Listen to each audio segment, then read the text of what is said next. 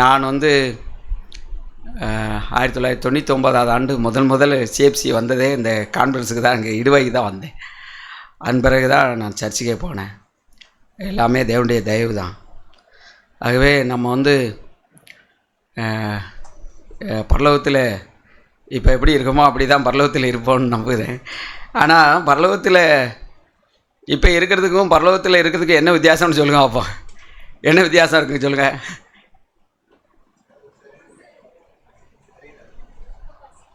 அங்கே சரீரம் இருக்காது, அது உண்மை தான். ஆனால் என்ன இருக்கணும், சுயம் இருக்காது, அதான் உண்மை. ஏன்னா அங்கே அப்போ தான் எப்போதும் சந்தோஷமாக இருக்க முடியும். சுயம் இருக்கிறதுனால தான் இன்றைக்கி நம்ம சந்தோஷத்தை இழந்திருக்கோம்.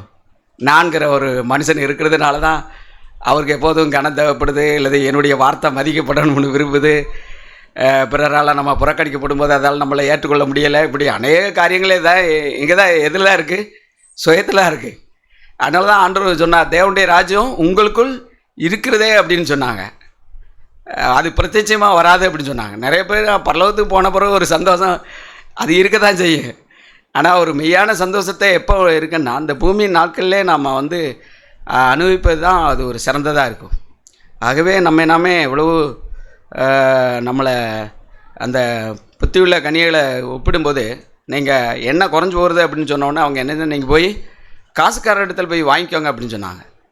அப்போ காசுக்கார இடத்துல வாங்கிக்கணும்னு சொன்னால் ஒன்றை விற்காமல் என்ன செய்ய முடியாது, ஒன்றை வாங்க முடியாது. அப்போ இந்த பழைய மனுஷனை என்ன செய்யணும், விற்கணும். ஒவ்வொரு நாளுமே விற்றா தான் நம்ம வந்து ஆயில் வாங்கலாம். அக்கினி பரிசுத்த ஆவியானுடைய அக்கினியா இல்லை அப்படின்னு சொன்னால் என்னை விற்காத வரையில் அக்கினி என்ன செய்யாது, நம்ம வாழ்க்கையில் இருக்காது. ஒரு ஜெயமுள்ள ஒரு வாழ்க்கை இருக்காது. அதுதான் காரியம், ரகசியம், வேறு ஒன்றும் இல்லை. அதனால் சுவிசேஷம் வந்து ரொம்ப எளிமையானது தான். நாமளும் நம்ம அநேக நேரத்தில் நம்ம பாரமாக்கிறது, அதான் விஷயம். ஆகவே இந்த நாட்களில் மெய்யான ஒரு மனம் திரும்பலும் ஒரு ரட்சிப்பும் நமக்கு அவசியமாக தேவையாக இருக்குது. நான் கூட அநேக முறை நினைப்பேன், ஏன் ஆண்டவர் வந்து நம்முடைய பாவங்களுக்காக அவர் வந்து கல்வாரி சிலுவையில் மரித்தவர் இந்த மாம்சத்தினுடைய எண்ணங்களையும் சேர்த்து விளக்கியிருந்தால் நலமாக இருந்திருக்குமேன்னு நான் யோசிப்பேன் சில வேளையில். அப்படி இல்லை இருந்தால் நம்ம பறந்துக்கிட்டே இருந்திருக்கலாமே, ஏன் இந்த மேலுங்கீழுமான அந்த வாழ்க்கை இல்லாமல் எப்போதும் சந்தோஷமாக இருந்திருப்பேமே அப்படின்னு நினைப்பேன். அப்போ ஆண்டவர் ஒரு காரியத்தை எனக்கு நினைப்பூட்டினார். பார்த்திங்கன்னா இந்த மிருகங்களுடைய காட்டில் வாழுகிற மிருகங்களுக்கும் நாட்டில் வாழுகிற மிருகங்களுக்கும் ஒரு வித்தியாசம் என்னென்னா, இந்த எருமை மாடெல்லாம் பார்த்துருப்பீங்க. அது பார்த்திங்கன்னா அது வாட்டில் தறியிட்டு ஓட ஆரம்பிக்கும். அதுக்கு வேண்டி கழுத்தில் ஒரு கட்டையை போட்டிருப்பாங்க, அது அதிகமாக ஓடாமல் இருக்கிறதுக்கு வேண்டி. அப்படி இல்லைன்னா அது தன்னிஷ்டம் போல் அது ஓட ஆரம்பிச்சிடும். அதுக்கு வேண்டி அதை கண்ட்ரோல் பண்ணதுக்கு வேண்டி அந்த எஜமான் வந்து அந்த கட்டையை போட்டிருப்பாங்க. அப்படி தான் ஆண்டவரும் எனக்கு உணர்த்தினார், மாம்சம்ங்கிற ஒரு கட்டை உனக்கு இல்லை அப்படின்னா நீ சும்மாவே பெருமை உள்ள மனுஷன், அது இல்லாட்ட நீ அதிகமாக என்ன செய்ய, உன்னை உயர்த்துறதுக்கு உன்னை தாழ்த்துறதுக்கு அது உதவியாக இருக்கும்படிக்குன்னா நான் அதை வச்சுருக்கேன் அப்படி சொல்லி ஆண்டவர் பேசினாங்க எனக்கு. அப்படி நம்ம வந்து தேவனுடைய தொடர்பிலே நம்ம எப்போது இருந்தோம்னா நம்ம குடும்ப வாழ்க்கையும் நம்முடைய தனிப்பட்ட வாழ்க்கையும் சபை வாழ்க்கையும் எப்போதுமே சந்தோஷமாக இருக்கும். ஆகவே நாமே ஞாய்ந்திருக்கிற இந்த அற்புதமான வாழ்க்கைக்கு தேவன் கொடுத்த நல்ல தருணங்களுக்காக நான் ஆண்டவரை ஸ்தோத்தரிக்கிறேன். இந்த வேளையிலும் மத்தேயு எழுதின சுவிசேஷம் 3வது அதிகாரத்தை என்னுடைய நான் எப்போதுமே வேதாந்தத்தில் உள்ள சகோதரர்களில் என்னுடைய உடன் பிறந்த சகோதரலாம் நினச்சி நான் பேசுவது உண்டு. அப்படி தான் ஞானஸ்தான யோவான் ஸ்நானகன் அண்ணனுடைய அந்த வார்த்தையை அவர் பேசின அந்த வார்த்தையை தான் நான் இப்பொழுது உங்களுக்கு நினைப்பூட்ட விரும்புகிறேன். 3வது அதிகாரத்தில் நம்ம வாசிக்கிறோம். 7ஆம் வசனத்திலிருந்து வாசிக்கிறோம். பரிசேயர்களும் சதிசேயர்களும் அநேகர் தன்னிடத்தில் ஞானஸ்நானம் பெறும்படி வருகிறதை அவன் கண்டு விரியன் பாம்பி குட்டிகளே, வரும் கோபத்துக்கு தப்பித்துக்கொள்ள உங்களுக்கு வகை காட்டினவன் யார்? மனம் திரும்புதலுக்கு ஏற்ற கனிகளை கொடுங்கள். ஆபிரகாம் எங்களுக்கு தகப்பன் என்று உங்களுக்குள்ளே சொல்லிக்கொள்ள நினையாதீர்கள். தேவன் இந்த கல்லுகளினாலே ஆபிரகாமுக்கு பிள்ளைகளை உண்டு பண்ண வல்லவராய் இருக்கிறார் என்று உங்களுக்கு சொல்லுகிறேன். அடுத்து சொல்லிட்டு, இப்பொழுதே கோடாரியானது மரங்களின் வேர் அருகே வைத்திருக்கிறது. ஆகையால் நல்ல கனி கொடாத மரமெல்லாம் வெட்டுண்டு அக்கினியிலே போடப்படும்னு எழுதியிருக்கு. அப்போ நம்மகிட்ட வந்து இந்த பழைய மனுஷனுடைய அந்த காரியங்களில் அதில் நல்ல கனி இருக்கா? இல்லை. மாம்சத்தினுடைய கிரியைகள் எல்லாமே மிக மோசமாக இருக்குதுன்னு சொல்லி நம்ம கொலாத்தியரில் நம்ம வாசிக்கிறோம். அது நமக்கும் தெரியும், நம்முடைய இருதயத்திலிருந்து என்னமெல்லாம் எழும்புதுங்கிறது தெரியும். ஆகவே அந்த கனியற்ற அந்தகார கிரியைகளை நம்ம கடிந்து கொள்ளுன்னு எழுதியிருக்கிறது. நம்ம ஒவ்வொரு நாளும் அப்படி தான் நம்ம சுயத்தை நம்ம ஒவ்வொரு நாளும் வெட்டியிருக்கிறோமா. அந்த வேற இருக்க இப்போ ஒரு மரத்தை வெட்டாமல் நம்ம அதை நெருப்பாக்க முடியுமா? முடியாது. அதே மாதிரி நம்முடைய சுயங்கிறதான அந்த வேரை வெட்டும்போது தான் அங்கே பரிசுத்த ஆவியானுடைய அக்கினி நம்ம மத்தியில் தொடர்ந்து எரிஞ்சிட்டே இருக்கும். அப்படி இல்லாமல் நம்ம எங்கெல்லாம் ஒருவேளை விழுந்துட்டா கூட உடனே நான் ஆண்டவரோட ஒப்புரவாகி நாம் சரிபடுத்தினோம்னா தொடர்ந்து பரிசுத்த ஆவியான நம்முடைய குடும்பத்தோடும் நம்முடைய தனிப்பட்ட வாழ்க்கையோடும் அவர் என்ன செய்வார்? நிலைத்திருப்பார். உடனே சரி செய்யாமல் நான் கூட அநேக பகுதிகளில் இந்த வேலைக்கெல்லாம் செல்லும்போது நான் செய்கிறது நான் வேலை கொஞ்சம் வேகமாக செய்வேன். பொதுவாகவே என்னுடைய பழக்கம் அது. அதனால் என்னென்னா மற்றவங்களோட நான் சிறந்தவன் அப்படிங்கிற ஒரு எண்ணத்தை காண்பிக்கணும் அப்படிங்கிறதெல்லாம் அது இயல்பில் இல்லாட்ட கூட அப்படி அந்த மாம்சத்தில் அப்படி எண்ணம் வந்துடும். அதனால் அவங்கக்கிட்ட போய் கேட்பேன், நான் செய்கிறது நல்லா செஞ்சுருக்கேனா, இது நல்லா இருக்கா அப்படின்னு கேட்பேன். அப்போ அதனுடைய நோக்கம் என்னென்னா என்ன வெளிப்படுத்தணுங்கிறது தான் அதனுடைய நோக்கமாக இருந்திருக்கு. அப்போ தான் அதை ஆண்டவர் அதை நான் அருவருக்கேன், நான் அருவருக்கக்கூடியதெல்லாம் நீ அருவருக்கணும். அப்போ தான் ஆண்டவர் உணர்ந்து அந்த விழுந்துட்டா கூட உடனே இந்த பழைய ஏற்பாட்டில் பார்த்திங்கன்னா எப்போதுமே தவறு செஞ்சுட்டா உடனே ஒரு ஆடையாவது மாடையாவது அவங்க என்ன செய்வாங்க? வெட்டி பலி செலுத்துவாங்க. அதே மாதிரி தான் நீயும் மாம்சத்தை என்ன செய்யணும்? வெட்டி பலி செலுத்து. இன்றைக்கி அக்கினி எப்படி எரியும்? இப்படி தான் எரியும். நமக்கு அநேகருக்கு வெட்டதுக்கு மனம் இல்லைன்னா நம்முடைய சந்தோஷத்தை மேனேஜிருப்போம், இழந்திருப்போம், அவ்வளவுதான். நான் ஒவ்வொரு நாளும் என்ன அப்படி தான் பார்க்கேன். ஆண்டவரே எனக்கு எவ்வளோ நாள் ஆயுள் கொடுப்பீரோ எனக்கு தெரியாது, மரணம் வரைக்கும் தாழ்மைங்கிற அந்த பாடத்தை விட்டு ஒரு கால் வழி விலகாதிருக்க உதவி செய்தணும். ஒருவேளை உயர்த்துன்னு தெரிஞ்சால் உடனே என்னை சீர்படுத்தி என்னை செம்மையான வழியில் நடத்திருங்க அப்படின்னு சொல்லி தான் நான் கேட்பேன். கடந்த நாளில் இந்த செய்தியெல்லாம் பேசினப்போ நிறைய பேர் பிரதர் ரொம்ப ஆசீர்வாதமாக இருந்துட்டு சொன்னோன்னா அது கொஞ்சம் கிரீடமாக எனக்கு மாறிச்சு. உடனே நான் என்னுடைய பரிசுத்த ஆவியுடைய சத்தத்தை கேட்கறதுக்கு நான் கொஞ்சம் தடுமாறுகிற ஒரு மனுஷனாக இருந்தேன். அப்போ நான் முள் வெட்டிக்கிட்டு இருந்தேன். அப்போ தான் ஆண்டோட பேசினேன், ஆண்டவரே எனக்கு ஜனங்களுக்கு முன்னால் பேசணுங்கிறதுல எனக்கு விருப்பம் இல்லை, பரலோகத்தில் உடைய நாமம் மகிமைப்படணுங்கிறது தான் என்னுடைய பிரதான நோக்கம். ஆனால் அதோடு சேர்ந்து இந்த மாம்சமும் கொஞ்சம் குளிரடைய விரும்புகுது. அதனால் எனக்கு உதவி செய்யும். இப்பொழுது என்னை தாழ்த்துவதுக்கு கிருபை தாரும். ஒருவேளை உடைய கிருபை இழக்கிறதா இருந்தால் இந்த முள்ளு கூட எனக்கு அடித்து எனக்கு வேதனை உண்டாக்கும், நான் மனம் திரும்ப விரும்புகிறேன் அப்படின்னு சொன்னேன். இது ஒரு ஜோமணி ஒரு 5 நிமிஷத்துலேயே ஒரு முள் அடித்து 2 நாள் இந்த கை எனக்கு தூக்க முடியலை. நான் என்னை தாழ்த்த வேண்டி இருந்துச்சு. ஏன்னா அவ்வளவு பெருமையும் மதிகேடும் நம்ம உள்ளத்திலேருந்து என்ன செய்யும்? புறப்பட்டு வரும்னு எழுதியிருக்கு. ஆனால் நம்ம அதை சரிப்படுத்துகிறோமாங்கிறதான் காரியம். நமக்கு நம்ம ஒவ்வொரு விஷயம் யாருமே பூரணமானவங்க யாருமே கிடையாது. நானும் பூரணமாக இல்லை. இப்போ இங்கே பூரணமாக இருக்கிறதுனால இங்கே நான் பூரணமாயிட்டேன், இங்கே நம்ம யாருக்குமே பேச வேண்டிய அவசியமே இல்லை. இந்த வார்த்தையும் கேட்கணுமா சொல்லுங்கள்? நாம் எல்லோரும் பூரணமாக இருந்தால் அங்கே துதியும் ஆராதனை நம்ம கேட்ட மாதிரி அதோடய க்ளோஸ் பண்ணியிருப்போம். இங்கே ஒரு செய்தி கேட்கணுங்கிற அவசியமே இல்லை. ஆனால் நம்ம எல்லோரும் குறையோட்டவர்களாக இருக்கிறதுனால, நானும் குறையுள்ளனா இருக்கிறதுனால தான் பேசுகிறேன். ஆகவே நம்ம எல்லாம் பேசுகிறதுனால எல்லாம் எல்லா விதத்திலும் அவன் பூர்ணமானவங்கன்னு அர்த்தமே கிடையவே கிடையாது. நானும் உங்களை போல் எலியா சொன்ன போல் நானும் பாடுள்ள மனுஷன், அவ்வளோதான். உங்களை போல் என்னுடைய குடும்பத்திலேயே நான் நடந்து கொள்ளுகிற விதத்தை பாப்பா. என் மனைவி அதே மாதிரி சொல்லுவாங்களே, நீங்கள் வீட்டில் நடக்க மாதிரி சபையில் நடப்பீங்களா? நான் சொன்னேன், எங்கே வேணாலும் தான் நடப்பேன். உங்களை குறித்து ஒரு நாள் சபையில் சொன்னேன். நான் சொன்னேன், உலகத்தையே சொல்லிட்டு போங்க, எனக்கு என்ன. நான் சொன்னேன், என்ன ஒழிக்கிறதுக்கே நான் தீவிரமாக இருக்கும்போது நீ என்னோட உதவி செஞ்சால் அது நல்லது தானே அப்படின்னு சொல்லியிருக்கேன். எவ்வளவு. அதனால தான் அந்த பக்தர் எப்படி பாடு, ஆனந்தமே பரமானந்தமே இயேசு அண்ணலை அண்டினோர் ஆனந்தமே, இயேசு அண்ணலை அண்டினோர் ஆனந்தமே. அப்படி உண்மையிலே நான் நினச்சேன், என்னுடைய மனைவி ஒரு ஆவிக்கிறவங்களாக இருந்தால் நல்லது அப்படின்னு நினச்சேன். இல்லை, அது அப்படி இருந்திருந்தா நான் அதிக பெருமை உள்ளவனாக இருந்திருப்பேன். ஆனால் அதுக்கு வேண்டிய அவங்க மோசமானன்னு நான் சொல்ல வரல. அவங்க உண்மையிலே எனக்கு நல்ல ஹெல்ப்பராக இருக்காங்க, உதவியாளராக இருக்காங்க. எனக்கு இன்னே வரைக்கும் என்னை தாழ்த்துவதுக்கு ஒரு சிறந்த அதுபோல் ஒரு துணை வேறு யாரும் கிடையாது. ஒரு வேளை கிடைத்திருந்தால் நான் மோசமாக இருந்திருக்க முடியும். அதுதான் உண்மை.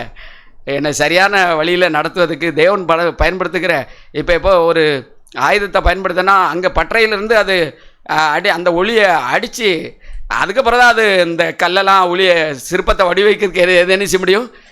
நேரடி ஒரு இரும்பை என்ன செய்ய முடியாது, பயன்படுத்த முடியாது. அதே மாதிரி தான் நம்முடைய வீடு வந்து ஒரு தச்சு பட்டறை. அந்த நம்முடைய 1 சாமுவேலில் கூட அப்படி வார்த்தை 6 அதிகாரம் நினைக்கிறேன். அங்கே வந்து பெலிஸ்தியர்களுக்கு வந்து அந்த அதை வாசிக்கலாமா? நம்முடைய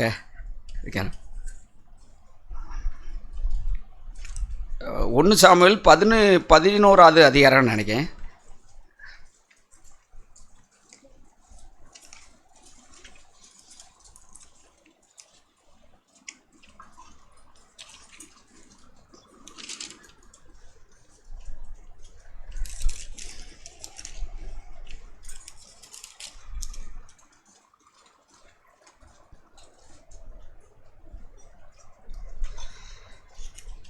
சாரி, 11 இல்லை, 13.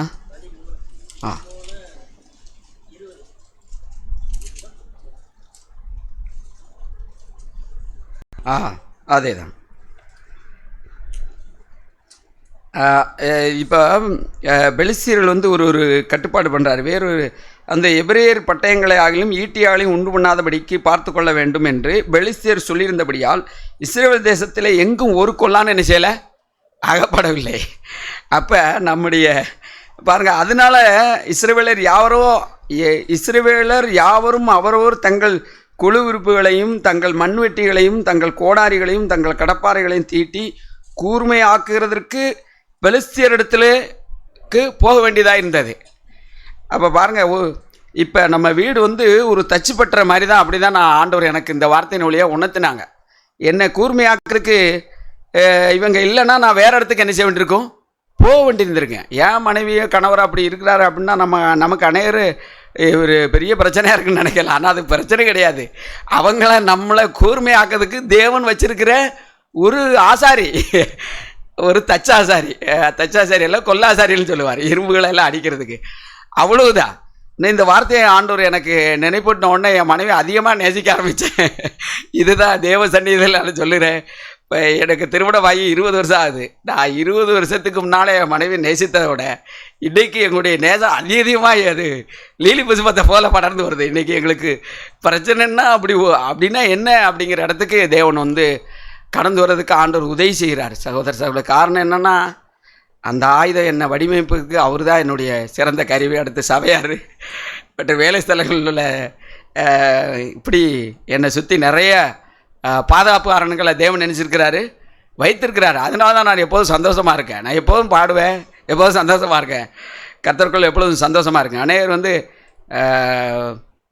கர்த்தருக்குள் சந்தோஷமாக இராமல் அவர்களாகவே ஒரு சந்தோஷத்தை உருவாக்கி கொள்ளாங்க. அந்த சந்தோஷம் என்ன செய்யாது, நிலைக்காது. அது ஒரு பணத்தினாலேயோ ஒரு கணத்தினாலேயோ அல்லது பொருள்னாலேயோ வரக்கூடிய சந்தோஷம் எல்லாமே கொஞ்சம் காலம் இருக்கும். அப்புறம் அது காணல் மாதிரி நினைச்சிரும், போயிடும். ஆனால் அது அவர்கள் நான் அப்படி தான் நினச்சேன். அப்படியே அநேகர் சந்தோஷப்படுது. அது அவர் தங்களுக்குள்ள ஒரு தேவர்களை உண்டாக்கினது மாதிரி. அந்த தேவர்கள் அங்கே என்ன செய்யாது, அவங்களுக்கு எந்த உதவியும் செய்ய போகிறதில்லை. அதனால தேவனுக்குள்ள கர்த்தருக்குள் சந்தோஷமாக இருங்கள். பெரிய பேர் அப்படி தான் வாசிக்கும், கர்த்தருக்குள் எப்பொழுதும் சந்தோஷமாயிருங்க. அப்படி அடிக்கடி ஒரு அதை நிருபத்தை எழுதுவாங்க. அப்படி போல் கீழே அவங்க ஏன் தோத்தாங்க அப்படின்னா, அங்கே அந்த கட்டுப்பாடு பண்ணோன்னே கீழே 21 கடப்பாறைகளையும் மண்வெட்டிகளையும் முக்கோருள்ள ஆயுதங்களையும் கோடாரிகளையும் தார்கோர்களையும் கூர்மையாக்குறதுக்கு அறங்கள் மாத்திரம் அவர்களிடத்தில் இருந்தது. யுத்த நாள் வந்தபோது சவுலுக்கும் அவன் குமாரனாகிய யோனத்தானுக்குமே அன்றி சவுலோடும் யோனத்தானோடும் இருக்கிற ஜனங்களில் ஒருவர் கையிலும் பட்டயமும் ஈட்டியும் இல்லாதிருந்தது. அது பின்னணி பார்த்தீங்கன்னா அவங்க தோல்வி அடைஞ்சு போவாங்க. காரணம் என்ன, ஆயுதம் என்ன செய்யலை, இல்லை. அதே மாதிரி தான் இன்றைக்கும் புதிய உடன்படிக்கையில் நம்மளை கூர்மையாக்குறதுக்கு நம்மளை தாழ்த்துவதுக்கு மனிதர்கள் இல்லைன்னா நம்ம வாழ்க்கையில் என்னதான் ஒரு சோர்வுடைந்த வாழ்க்கை தான். ஆகவே நமக்கு கொடுத்த பாத்திரத்துக்காக தேவனுக்கு நன்றி சொல்லுவோமா? உண்மையிலே எத்தனை பேர் நாம் நன்றியாக இருக்கிறோம்.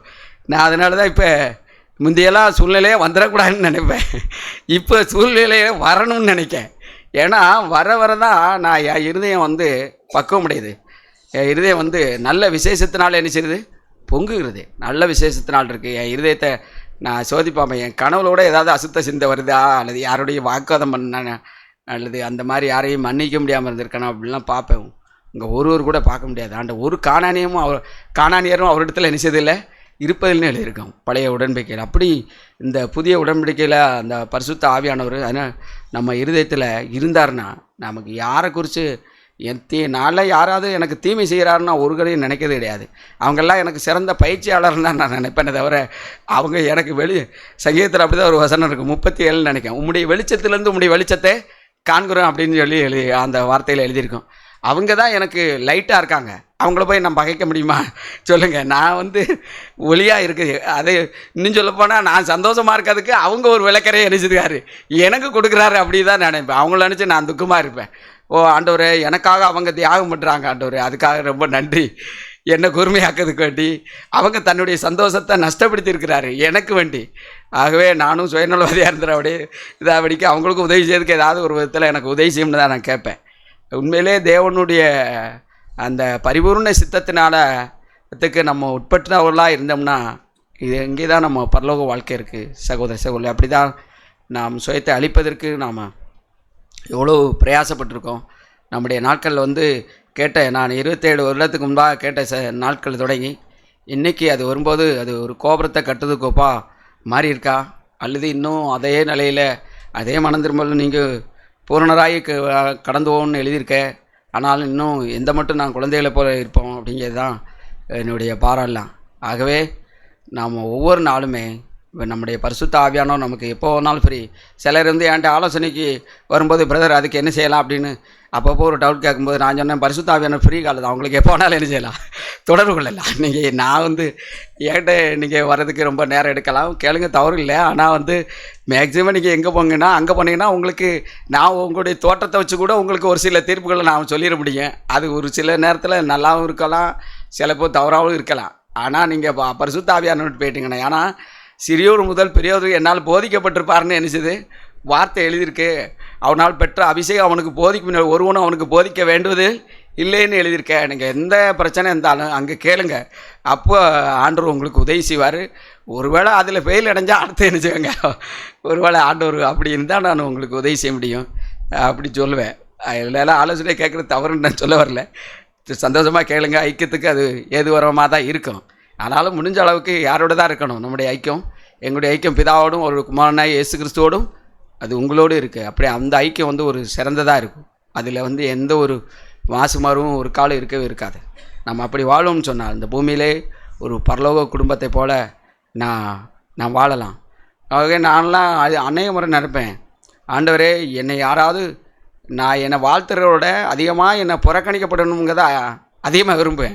புறக்கணிப்படி என்ன அர்த்தம் தெரியுமா? புற மனுஷனை ஓட விடுவதுன்னு தான் அர்த்தம். அதனுடைய உண்மையான மீனிங் என்ன அப்படின்னா, புற மனுஷனை என்ன செய்யணும். இப்போ அன்னைக்கு அவங்க அம்மோனியரையும் மோவாப்பியரையும் பெலிசியர் அப்படி நிறையா இருந்த கேரட்டில் இருந்த மாதிரி அவங்களுக்கு யுத்தம் பண்ணிக்கிட்டு இருந்தாங்க இஸ்ரேலில். அதே மாதிரி இன்றைக்கும் நம்மகிட்ட சுயம்ங்கிறதுலேருந்து அது ஒரு பெரிய ராட்சதனை, அதிலிருந்து பொறாமை, கசப்பு, புறங்குறுதல் அப்படி அநேக அந்த பேரை அப்படியே இங்கிட்டு மாற்றிக்கோங்க, அவ்வளோதான். அந்த அதனுடைய சுபாவங்கள்லாம் இருக்குது நம்மகிட்ட கெட்ட. அவரோட நம்ம ஆவியில் நம்ம யுத்தம் பண்ண வேண்டியதாக இருக்குது. அது அவங்களுக்கு இந்த பழைய மனுஷனும் உடந்தையாக இருக்கான், அதான் பெரிய பிரச்சனை. இப்போ ஏன் நாம் வெறுக்கணும் அப்படிங்கிற சொல்லுறது காரணம் என்னென்னா, அந்த பெலிசியர்களுக்கு சப்போர்ட்டாக மாம்சத்துக்கு சப்போர்ட்டாக தான் முடிஞ்ச அளவுக்கு இந்த சரீரம் இருக்காத வர பரிசுத்த ஆவியானவருக்கு சப்போர்ட்டாக ரொம்ப ரொம்ப கம்மியாக தான் இருக்குது. அது உங்களுக்கும் தெரியும்னு நினைக்க, எனக்கு என்னுடைய அறிவில் குறைஞ்சபடியே நான் சொல்லுதேன். அதுதான் உண்மையும் கூட. என்ன பார்க்க ஒருவேளை என்னோட நீங்கள் அப்படி ஒரு உங்களுக்கு ஒருவேளை நல்ல இருதயத்தை ஆண்டவர் கொடுத்துருந்தா அதுக்காக நான் தேவனை துதிக்கிறேன். ஆனால் என்னுடைய வீட்டிலையும் ஒரு வசனத்தை வச்சுருக்கேன், என்னுடைய பிள்ளைகள் எழுதி வச்சுருக்காங்க, இருதயமே தெருக்குள்ளதும் மகா கேடு உள்ளது. அதுதான் நமக்கு வாக்குத்தத்த வசனம். அது நமக்கு ஒரு கண்ணாடி மாதிரி இருக்கணும். அப்போ தான் நம்ம யாராவது நம்மளை குறித்து சொல்லும்போது நம்ம உண்மையை சொல்லுதாங்க. நான் கடந்த நாளில் அப்படி தான் ஒரு சகோதரன் ஒரு காரியத்தை சொன்னார் என்கிட்ட ஃபோன் பண்ணி. பிறகு சொல்லிவிட்டு, பிரதர் அந்த காரியத்தை நீங்கள் யார்கிட்டையும் சொல்லிடாதீங்க பிரதர் அப்படின்னு சொன்னாப்புல. நான் சொன்னேன், பிரதர் நான் என்ன அவ்வளோ சீப்பானவனா அப்படின்னு சொன்னேன். அவ என்ன இவ்வளோ சீப்பாக நடிச்சிட்டீங்களே அப்படின்னு நான் அவர்கிட்ட சொன்னேன். அப்போ தான் ஆண்டவர், நீ அவ்வளோ சீப்பானவன் தானே பையன், உன்கிட்ட உண்மையை சொன்னால் உனக்கு அவ்வளவு வருத்தமாக இருக்குது பாருங்கள். அவர் நம்மகிட்ட சொன்னது என்னது உண்மை. ஏன்னா நம்ம ஒரு காரியத்தை சொன்னால் அதை மற்ற பேர்கிட்ட சொன்னாதான் நமக்கு என்ன உண்டாகும், ஒரு ஆறுதல். இது பழைய மனிதனுடைய ஒரு சுபாவம். அதை அவர் உண்மையை சொல்லியிருக்கிறாரு.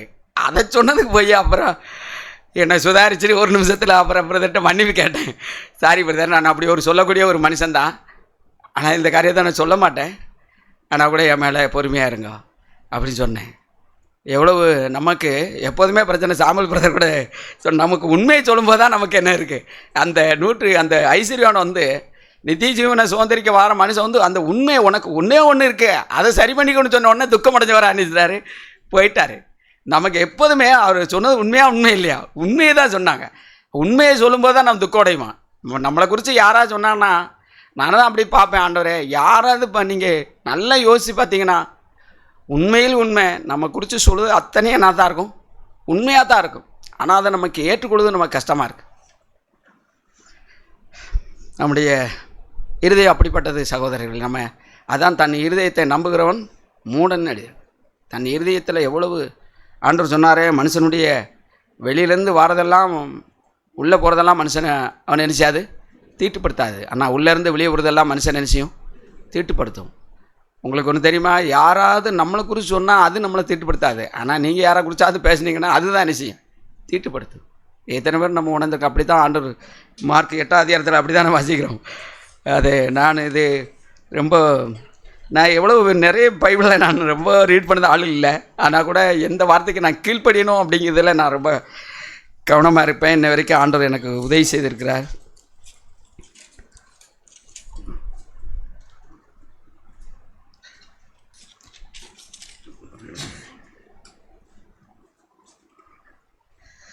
பாருங்கள், 7வது அதிகாரம் 15வது வசனம். மனுஷருக்குள்ளே புறம்பே இருந்து அவனுக்குள்ளே போகிறதொன்றும் அவனை நினைச்சாது தீட்டுப்படுத்த மாட்டாது, அவன் உள்ளத்திலிருந்து புறப்படுகிறவர்களே அவனை நினைச்சியும் தீட்டுப்படுத்தும்.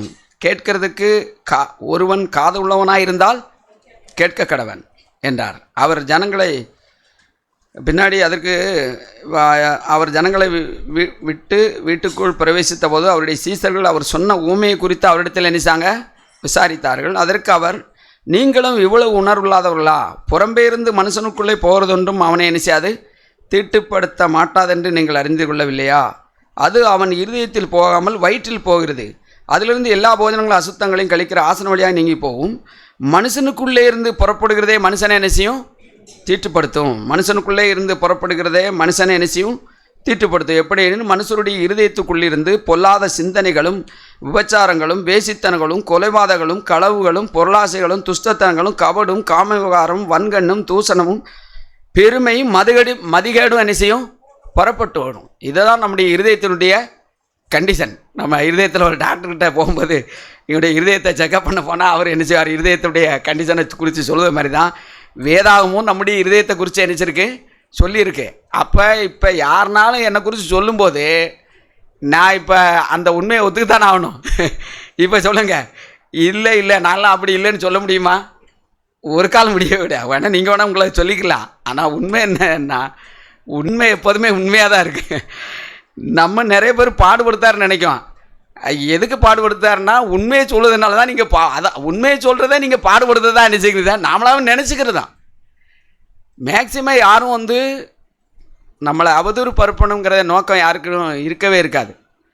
நான் என்னுடைய வீட்டை சுற்றி இருக்கவங்கள்ட்ட மற்ற வேலை இடத்துல போகும்போது, நீங்கள் இப்படியெல்லாம் உண்மைன்னு எப்போது பேசுகிறீங்களே, உங்கள் பக்கத்து வீட்டுக்காரங்க உங்களை குறித்து என்ன சாட்சி சொல்லுவாங்கன்னு கேட்போம்மா. நான் சொன்னேன், நீங்கள் தாராளமாக எங்களுடைய தெருவில் என்ன செய்யலாம், எங்களுடைய அருகாமையில் இருக்கிற வீட்டுக்காரங்க, பக்கத்து வீட்டுக்காரங்க, பக்கத்து தெருவில் உள்ளவங்க, அல்லது இன்னும் சொல்லப்போனால் எங்களுடைய கிராமத்திலே கேளுங்க, தாராளமாக கேளுங்க அப்படின்னு சொல்லியிருக்கேன். அப்படி நமக்கு ஒரு நல்மன சாட்சி இருக்கா சகோதர சகோதரே? ஒருவேளை அவங்க சொல்லியிருந்தாலுமே அது என்ன தான் இருக்கும், உண்மையாக தான் இருந்திருக்கும். நான் எப்போதுமே பார்த்தீங்கன்னா, யாராவது என்னை குறித்து சொன்னாங்க அப்படின்னு சொன்னால், கடந்த நாளில் ஒரு பிரதரு சொன்னாங்க, இவரெல்லாம் படிப்பறி இல்லாதவர், இவர் என்னத்தை பேசி இவருடைய செய்தியை நம்ம கேட்டுக்கிட்டு இருக்காவா அப்படின்னு சொல்லி. அப்போ அவர் சொல்லுவது உண்மை இல்லையா? அவர் சொன்னது என்னது, உண்மையை சொல்லியிருக்கேன். நான் என்ன பிஏ படிச்சிருக்கேன், இல்லை, படித்தது 5ஆம் கிளாஸுக்கு தான் அவர் உண்மையை சொல்லியிருக்காரு. நான் எப்படி அவரை பயக்க முடியும்? பாருங்கள், உண்மையை தான் சொல்லியிருக்காரு. நான் ஆண்டவருக்கு நன்றி சொன்னேன். நன்றி ஆண்டவரே, எனக்கு சிறந்த ஒரு சூப்பர்வைசராக அவர் நான் வேலை செய்கிறதுக்கு எப்போதுமே ஒரு சூப்பர்வைசர் இருக்கிறது ரொம்ப நல்லது. அதனால் அவரை நான் இப்படி ஏற்றுக்கொண்டிருக்கேன். அவர் அதிகமாக நேசிக்கிறேன். தேவனுடைய சன்னிதானத்தில் சொல்ல முடியும். நான் அவர் என்னை குறித்து அதிகமாக சொன்ன பிறகு அதிகமாக அவரை நான் நேசிக்கிறேன். அதுதான் உண்மை. தேவன் தம்முடைய பரிசுத்தாவியை கொடுக்கதே அவர் அன்பினால், அவர் மற்றவங்களை நேசிக்கிறதுக்கு தான் அவர் எனக்கு பரிசுத்தாவி கொடுக்குறார். என்னை போஷிக்கிறதுக்கோ என்ன நேசிக்கிறதுக்கு கொடுக்க இல்லை, பிறரை நேசிக்கிறதுக்காக தான் அந்த பரிசை ஆண்டவர் எனக்கு கொடுத்துருக்குறாரு. அதுக்காக நான் உண்மையாக இருக்கேன். அதனால் தேவன் நமக்கு பாருங்கள், அநேக பிரச்சனைகளை பிரச்சனையான பிரச்சனையே கிடையாது. ஆனால் பிரச்சனையை நாமே என்ன செய்கிறோம், உருவாக்கிக்கிறது. அதுதான் பிரச்சனை. தெரியுமா? பிரச்சனையான பிரச்சனையே கிடையாது. ஆனால் பிரச்சனை இல்லாத பிரச்சனையை போல் நம்ம உருவாக்கி கொள்ளுதோம். இதுதான் உண்மை. அது உங்களுக்கு விளங்கி கொள்வது கொஞ்சம் கஷ்டமாக இருந்தாலும் நான் உண்மையை சொல்லுகிறேன். ஒரு பிரச்சனையும் கிடையாது. ஆனால் பிரச்சனையே இல்லாமல் இருக்க ஒருத்தர் உண்மையை சொல்லியிருப்பார். அதை போய் ஒரு பிரச்சனையாக நம்ம கருதி நாம் என்ன செய்வோம், அதை குறித்து மற்றவங்கள்ட்ட பேசி அதை பிரச்சனையை பெருசாக்குறது பழைய மனுஷனுடைய ஒரு சுபாவம். அப்படி இராதபடிக்கு நாம் தேவனுக்கு முன்பாக நம்ம எப்போதும் பரலோகத்தில் இப்படி ஏதாவது ஒரு பிரச்சனை இருக்குமா, இல்லை இப்படி ஏதாவது ஒரு காரியம் இருக்குமா, ஒரு காலம் இருக்காது. அங்கே அந்த நாடு என்ன நாடு, அதிசயமான ஒளிமைய நாடா. அங்கே எங்கேயுமே நம்முடைய தலைவரிடத்தில் என்ன இருக்காது, எந்த ஒரு மாசும் கிடையாது. இப்போவும் நம்மளை நேசிக்கிறது அவர் அப்படி தான் பார்க்குறாரு. பரலோக பிள்ளைகளாக தான் நம்ம ஒவ்வொருவரையும் பார்க்குறாரு. அவர் பார்க்குறபடி மற்றவங்களையும் நம்ம பார்த்தோம் அப்படின்னு சொன்னால், நானும் என் மனைவியும் கடந்த நாளில் பஸ்ஸில் வந்துக்கிட்டு இருக்கையில் ஒரு சில அவங்களுடைய சொந்த குடும்பத்தாரை குறித்து தான், அவங்க இவங்க கொஞ்சம் சுயநலமாக இருக்காங்க, இவங்க கொஞ்சம் சுயநலம் இல்லாமல் இருக்காங்க, இவங்க கொஞ்சம் பரவாயில்ல, இவங்க கொஞ்சம் சுமார் அப்படின்னு சொல்லிட்டு வந்தாப்புல. நான் 2க்கு தலையசைச்சேன். 3வதுக்கு பார்க்கும்போது இது சரியானது இல்லையே, எங்கேயோ தவறு நடந்துக்கிட்டு இருக்கேன் அப்படின்னு சொன்னேன். அப்போ தான் ஆண்டவர் உணர்த்தினார், இப்படி சொல்லுவதே என்னதான் ஒரு சுயநலம் தான் அப்படின்னு சொன்னேன். ஒருத்தர் சுயநலமாக இருக்கிறான்னு சொல்லுவதே என்னதான் சுயநலம் தான். உங்களுக்கு தெரியுமா? நம்மகிட்ட சுயநலம் இல்லைன்னா அதை குறித்து பேசுவோமா? எண்ணி பாருங்க. நம்மகிட்ட சுயநலம் இல்லைன்னா அதை குறித்து பேசுவோமா? கண்டிப்பாக பேச மாட்டோம். நம்மகிட்ட சுயநலம் இருக்கிறதுனால தான் அதனால தான் குற்றவாளியை தீர்க்கிறவனே, நீ யாரானாலும் உனக்கு போக்கு செல்ல இடம் இல்லை, நீ தீர்க்கிறத உன்னைத்தானே நீ நினச்சிக்கிறத தீர்த்து கொள்ளிக்கிற அப்படின்னு வேதத்தில் எழுதியிருக்கேன். நான் உண்டே மௌனமாய் என்ன நான் கேட்டதுக்கு எதுக்கும் பதில் சொல்லலையான்னாப்புல. இல்லை, பதில் ஒருத்தட்டு பேசிக்கிட்டு இருக்கேன், ஒரு ஃபோன் கால் வந்திருக்கு, அதனால சட்டு சேலாம் தியானிப்பா அப்படின்னு சொன்னேன். எவ்வளோ பரவசமான வாழ்க்கை சகோதர சகோதரிகளே. நாம் ஒருவராவது இப்படிப்பட்ட வாழ்க்கையை நம்ம இழந்து விடாதவருக்கு கவனமாக இருப்போம். தேவன் நமக்கு உதவி செய்வார். நமக்கு பயமுள்ள ஆவியை அவர் கொடுக்காமல் அன்பும் தெளிந்த புத்தியும், அப்படிப்பட்ட பரிசுத்த ஆவியானவர் நாம் சார்ந்திருக்கிறோமா? தேவன் தாமே வரக்கூடிய நாட்களில் சபையானது சத்தியத்துக்கு தூணும் ஆதாரமாக என்ன செய்யணும், விளங்கும். தேவன் நமக்கு உதவி செய்வார். தேவன் தாமே நம்ம ஒவ்வொருவருக்கும் வேண்டிய கிருபையும் ஞானத்தையும் பரிசுத்த ஆவியுடைய பலத்தையும் தந்து நம்ம ஒவ்வொருவரையும் ஆசீர்வதிப்பாராக. ஆமேன். நன்றி.